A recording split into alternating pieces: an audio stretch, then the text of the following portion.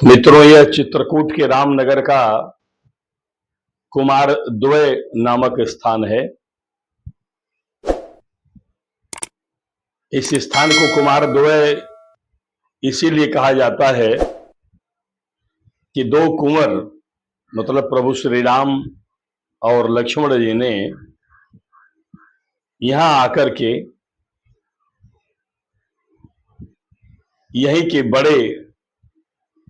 बहुत बड़ा सरोवर है, इस सरोवर में स्नान किया हुआ था और स्नान करने के बाद ही वो लोगों ने आगे का सफर तय किया था। मित्रों, यूं तो प्रागैतिहासिक काल की गुफाओं, झरनों, उच्च शैल शिखरों और हैरान कर देने वाली कंदराओं के बीच चित्रकूट आज भी विश्व स्तर की समस्याओं के समाधान के केंद्र के रूप में विख्यात है। लोग आध्यात्मिक समस्याओं को सूझबूझ से हल करने के लिए आज भी चित्रकूट का ही रास्ता दिखाते हैं, क्योंकि अब्दुल रहीम खानखाना साहब तो बहुत पहले ही कह चुके हैं ना कि चित्रकूट में रम रहे रहीमन अवध नरेश और जापर विपदा परत है सो आवत यही देश। और इस चीज को त्रेता काल में भी भगवान श्री राम ने साबित कर दिया कि जब उन पर वनवास काल की विपदा पड़ी तो उन्होंने भी चित्रकूट की शरण ली। रहीमदास जी को जाने क्या सूझी थी भगवान श्री राम के साथ ही छोटा सा मजाक करने की, या उनको छोटा सा हास्यास्पद या मधुर गुदगुदाने वाला ताना मारने का, कि लिख रहे हैं कि चित्रकूट में रम रहे रहीमन अवध नरेश और जापर विपदा परत है सु आवत यही देश।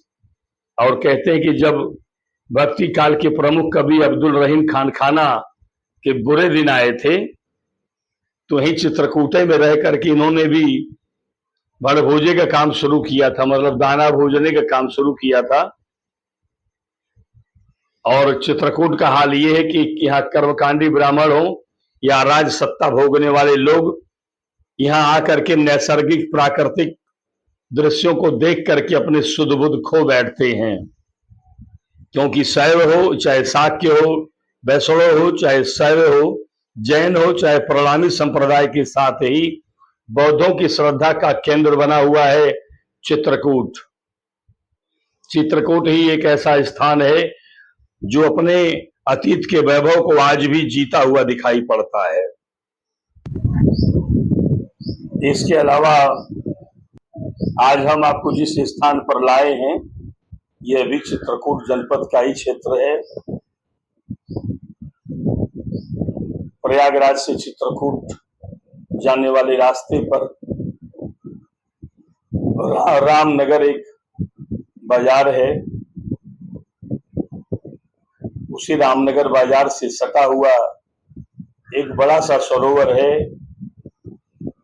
और जो आप स्थान देख पा रहे हैं यह चंदेल कालीन है, विशाल मंदिर का भग्नावशेष रह गया है।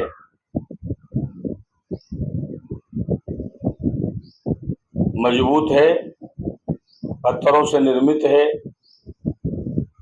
हम लोग इसकी भव्यता को देख पा रहे हैं। चंदेल काल में इस मंदिर का निर्माण एक बड़े से तालाब के किनारे किया गया था। अभी इसके पहले जिस तालाब के किनारे से हम लोग गुजर करके यहाँ तक पहुंचे थे ये वही तालाब है, वही बड़ा वाला सरोवर है। सामने उसका दृश्य आप देख रहे हैं। और इसी सरोवर में भगवान राम और भैया लक्ष्मण ने स्नान किया था और इसके बाद आगे की यात्रा शुरू की थी। मित्रों, जब इस विशाल काय मंदिर में हम लोग प्रवेश करते हैं तो प्रवेश द्वार पर ही एक जैन प्रतिमा एवं एक पेड़ के नीचे ऊंचे चबूतरे पर वास्तुखंड एवं कुछ खंडित मूर्तियां रखी गई हैं। मंदिर को देखने से लगता है कि यह मुगल कालीन आक्रांताओं का शिकार हो चुका है। इनकी सारी मूर्तियों के टूटे हुए दृश्य आप देखें, इनमें गणेश जी, काली जी, महादेव बाबा सहित अन्य देवी देवताओं की मूर्तियां हैं। परिसर में कुछ वास्तुकला के नमूने भी बिखरे पड़े हैं, सामने दिखाई पड़ रहे हैं।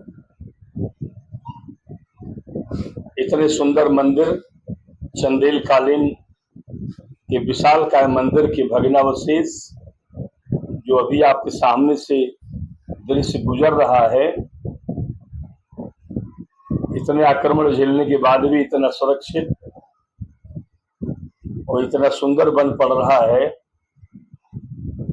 ये सारे दृश्य देख करके यह अनुमान लगा पाना जरा भी कठिन नहीं है, यह अपने अतीत में कितना अलंकृत हुआ करता होगा। मित्रों, यह मंदिर 8 अलंकृत स्तंभों के आधार पर टिका हुआ है